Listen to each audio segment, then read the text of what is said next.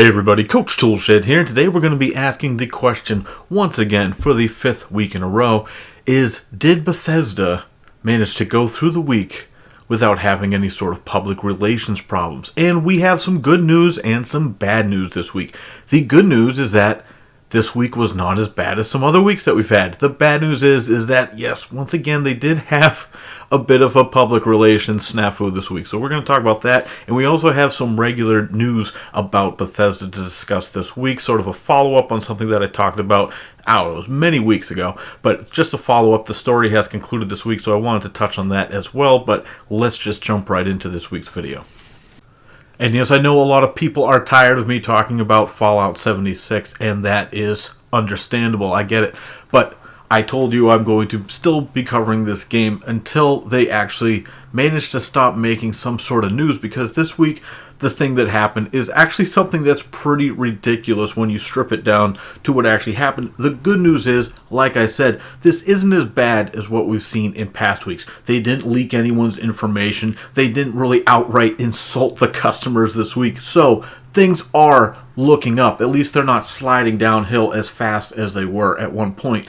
However, something pretty funny happened this week with Bethesda.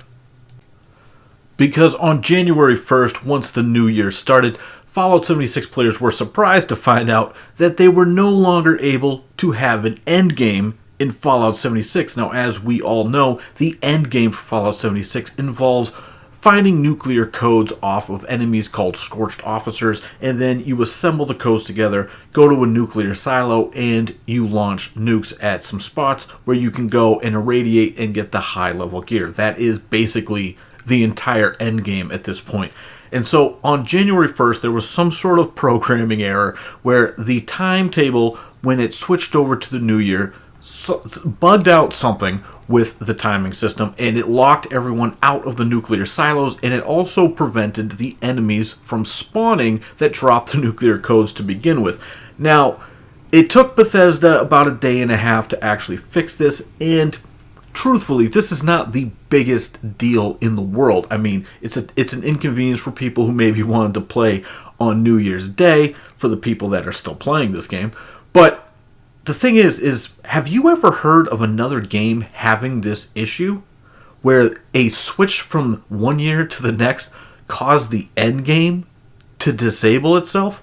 I've never heard of this. Now, there's a lot of online games. In fact, most games like this have some sort of timer in it, whether it be The Division or Destiny, or even other online games like Fortnite has a timer, stuff like that. All of these games have some sort of weekly or daily timers to go off, and like I said, I've never heard of any other game with this happening. Now, what instantly sprang to mind when I heard this, some people, if you're probably under the age of 20, you may not have heard of Y2K. Now, in 1999, there was this big panic going around the globe that when the computer switched from 1999 to 2000 at the end of the year, that the computers wouldn't know how to handle that there's going to be some issues, and that there was this fear that computers around the world would just shut down and we would be plunged into chaos. Now, that didn't happen. There were a few hiccups here and there, but by and large, nothing too major happened. There was a few mishaps around the globe. But overall, we got to this in time. They figured it out, and for the most part, nothing happened with Y2K. And it is just funny that here we are 19 years after that, and Bethesda is falling victim to something that everyone should have known about. You need to account for the calendar switching over the year when you're doing your programming. Now, I'm not sure exactly what line of code caused this issue, but clearly this was a programming error where they didn't properly sequence the timers, and it caused the entire endgame to shut down, which honestly just goes to show that Bethesda just never had the experience and the know-how to pull off an online game like this to begin with, because this just seems like an elementary thing that you would have these timers all set. Like I said, can you name another game? I didn't hear about any other game having this issue on New Year's. This is just a Bethesda thing, and it just, once again, speaks to the fact that they didn't really know what they were doing with this game. They don't have the technical know-how to pull this game off, obviously, and it just goes to show they didn't really put the time in to programming this game properly. That's really all there is to it. Now, like I said, this isn't a huge deal. This is a minor thing, and certainly not as big a deal as we've had in the last couple weeks with all sorts of different problems that they've had, from leaking customer data to on down the line. I've discussed this for weeks on end. But this is still just another thing that just makes you shake your head and say, Bethesda, like, how?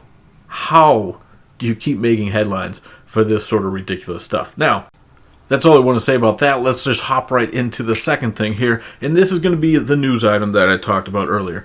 So, several months ago, you may remember, there was an issue where Bethesda decided to sue Warner Brothers Interactive and Behavior Interactive for a mobile game based on Westworld, the HBO show. And what Bethesda alleged is that this company ripped off the code from Fallout Shelter and used it for their own mobile game. And so they took Warner Brothers to court over this. Now, at the time, Warner Brothers said that there was no validity to this at any point.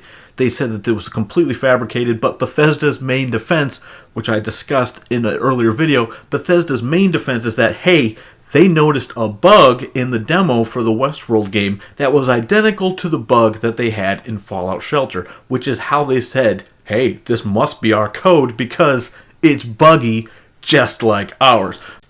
Now, again, Warner Brothers fully denied this, said that there was nothing wrong with what happened here, but Bethesda took them to court anyway, and this week what we found out is that the two sides have reached an agreement, there's been a settlement, and the case has been dismissed with prejudice by the judge, which means basically that the case cannot be taken back to court. Now, both sides have declined to comment on what the settlement is, so we don't actually know whether or not Warner Brothers was found in violation at all. This could be a situation where Bethesda wrongly took them to court and it was found that there was nothing wrong and those two sides decided to walk away. Or this could be a situation where, of course, Bethesda maybe took a payment and they allowed this company to continue to put their Westworld game up, because both games are still available. They're not being pulled off the shelves. Fallout Shelter obviously wouldn't be in danger of that anyway from this point. But Westworld, they were alleging that had used the code for Fallout Shelter that is still available for purchase. And like I said, the case has been dismissed, so we don't know actually whose side was at fault. We don't know if Bethesda wrongfully accused them or not, or if this was a situation where they got paid for it. And we will probably never know because, like I said, both sides have declined to comment on it. So I just wanted to bring that to your attention. Maybe you hadn't heard about that. It's just something I talked about a couple of months ago in a couple different videos, and I just wanted to wrap up that story for you guys there. I don't know if anyone really cares about it, but hey, I'm just bringing the story to an end.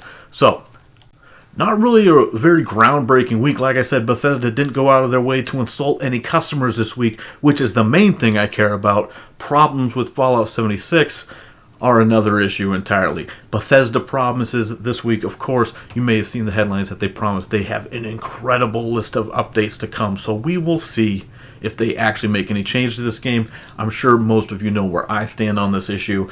I don't really have much faith in Bethesda at all at this point. And I'm going to be, once again, going to reset the clock tonight here on Sunday, and we're going to see if Bethesda can go this next week without making any headlines or any public relations problems. Now, luckily this week, no real public relations issues, but, of course, pretty major problem with the game when your end game is disabled for 2 days. But they have fixed it. I confirmed it's been fixed. The nukes are back up and running. So at least they fixed it within 2 days. Kudos to you, Bethesda. Baby steps, right, guys? Anyway, I know a lot of you guys are tired of me talking about this game. That's why I've been cutting it down to just once a week. And hopefully I won't have to talk about it again in this next week. Now, with that, I'm going to let you guys go. I'm Coach Toolshed. Let me know what you guys think down in the comments below. Please subscribe if you want to stay in tune with the channel headed forward. And as always, keep it turned to 11. Wow, that wind's really howling. Wow. There's a storm brewing.